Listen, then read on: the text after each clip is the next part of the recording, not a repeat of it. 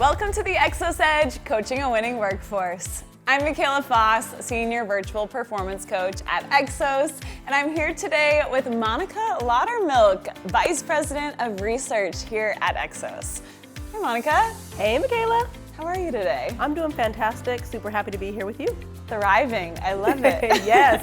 Welcome in. Team, we'll be talking today about how to use data and metrics to really unlock high performance in the workplace. So first question for you today, Monica.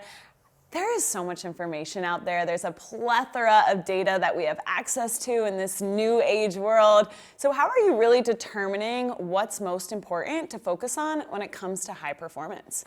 That is such a great question. And I'm gonna be honest, it's not easy. As you said, there's so much opportunity out there. And I think most people are gravitating now towards the basics. They're thinking about nutrition, tracking physical activity, tracking sleep, but I would be remiss not to acknowledge the fact that there's so many other data points that could be of value, and we just need to find a way to get access to them more readily.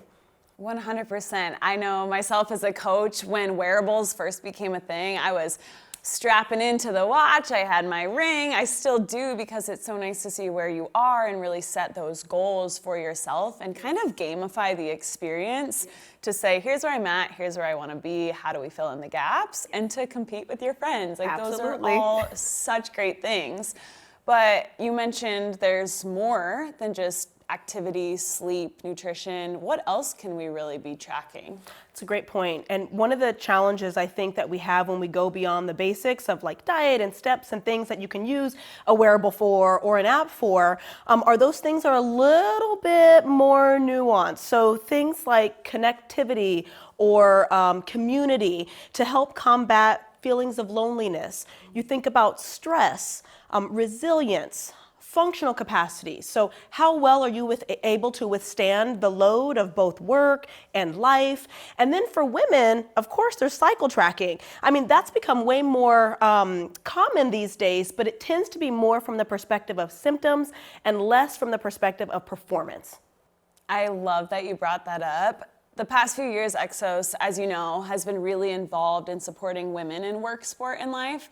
And I've gotten the ability to coach women based on cycle. And what we learned from that was truly that so many women don't understand their own bodies. So when they were given the opportunity to track, a lot of them felt more empowered to say, this is just what my body's doing at this phase. And I know that I'm gonna go hit it hard. And I know I'm gonna need to prioritize recovery during this time. But it's really empowering to assess where you are and then have that information to support. And then like you said, there's so much more to our health than just how many steps we're getting every day, but it is how are you handling the load? How are you handling stress? And how resilient can you be? So we need to be looking at all aspects of our health and our physiology. Absolutely. And one thing I'll just add is you mentioned the word empowerment. And from where I sit, that's how we can most leverage the data, is to be empowered as individuals, but also be empowered as leaders and as organizations to understand the broader perspective or get a clearer picture of the whole human. Like, who is this sitting in front of me? What's motivating you? What's driving you? What's your why? Where are you trying to get to? And how can I help? Yeah. So based on that, how can leaders help? How can leaders really help their employees and understand what it takes to help them perform at the most optimized level? That's a really good question as well. And I think, again, I'll go to the fact that it may not be easy. It's engaging in conversation. It's really digging in and trying to draw the connection between what is your goal, where are you trying to get, what information are you tracking now, what information might be useful for you to track in the future, and how might we together bring that to a game plan and really leverage that game plan to really guide you along that path to where you want to go. But if we take a step back and fly up to the organizational level, you also want to think about things that are more global, that might have a more global impact. And these are some of the metrics that Exos is actually tracking now. They bucket into 4 key areas. One of them is personal readiness, some of which we've already talked a little bit about. We have trust, effectiveness, and then loyalty. So when you think about trust, it's how much does a team member trust the organization and your ability to communicate the organizational vision, and how connected to that vision does an employee feel. When you think about effectiveness, that speaks to your policies. How well are these policies curated and communicated so that an employee feels comfortable and confident not only where they work, but also how they work. And then finally, loyalty. So how loyal is your employee to the company? How engaged do they feel? How connected do they feel? What's their sense of belonging and their willingness to stay? But also, it challenges the question, what's your ability as a leader or an organization to keep that top talent as well? Yeah, we know it's so much more than just how well are you performing from a metric-based level, but how satisfied are you? Like you said, how connected do you feel to the company, to the brand?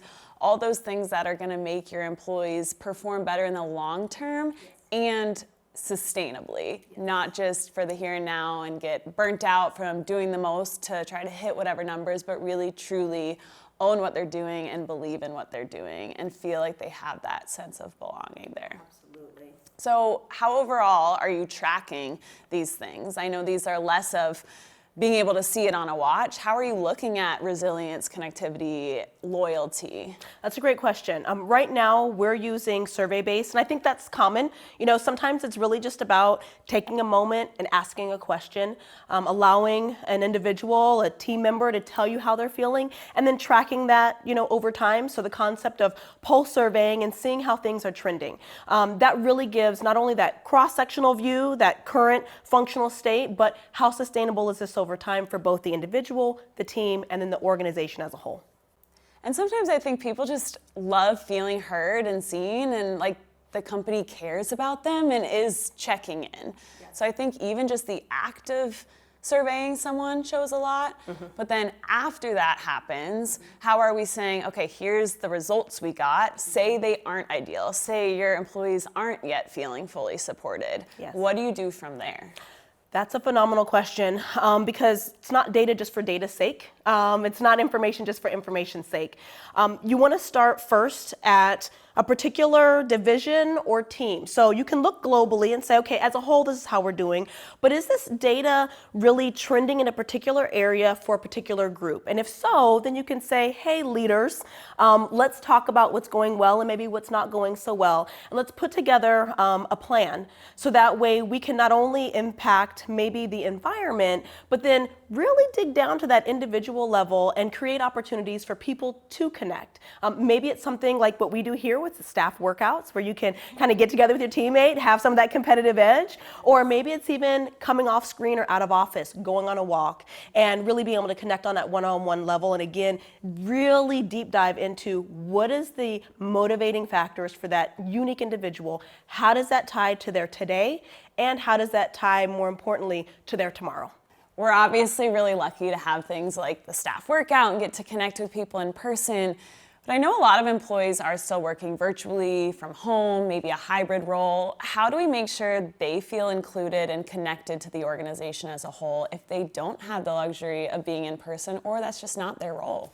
It's a really great question, because the reality is no matter how many folks are in office, there are still people who are working remotely fully or maybe in some hybrid capacity. So a lot of the things that we're doing leverage technology. So things like donut chats, coffee chats, or those nice casual opportunities to engage and connect with employees or with your teammates. Also things like our employee resource groups, where we hold monthly meetings and you can join virtually from anywhere and engage in conversation with communities and talk about things that are important to you, as well as your allies who might be there in the group. Some of the other things that we've also learned from our work on our work with Wharton is that fueling yourself appropriately throughout the day is also going to be a critical component for someone who may not have the opportunity to engage in person. So we found that people who were able to fuel better were more active, they had less stress, they were more resilient,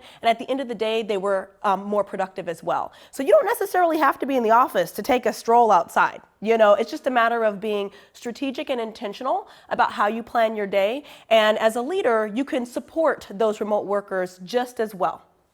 Yeah, some of my favorite meetings with my leaders have always been, hey, let's take a walk and talk, let's chat on the phone, connect, let's both get some fresh air. Yes. I've also joined things like Leadership Library, where I have other coworkers and I that we're reading a book together and we're discussing that book. So it's things outside of the workplace, but you're still coming together. And I think those can help that sense of belonging. I agree. Monica, thank you so much for all the great insights. I feel like we not only learned about what's important, but then how to really apply it, and then what to do if employees aren't yet feeling that support, and really showing how we can get them there and make the workplace better overall. So thank you. Thank you so much for having me. Yes. And thank you so much for being here. That wraps up this installment of the Exos Edge Coaching a Winning Workforce.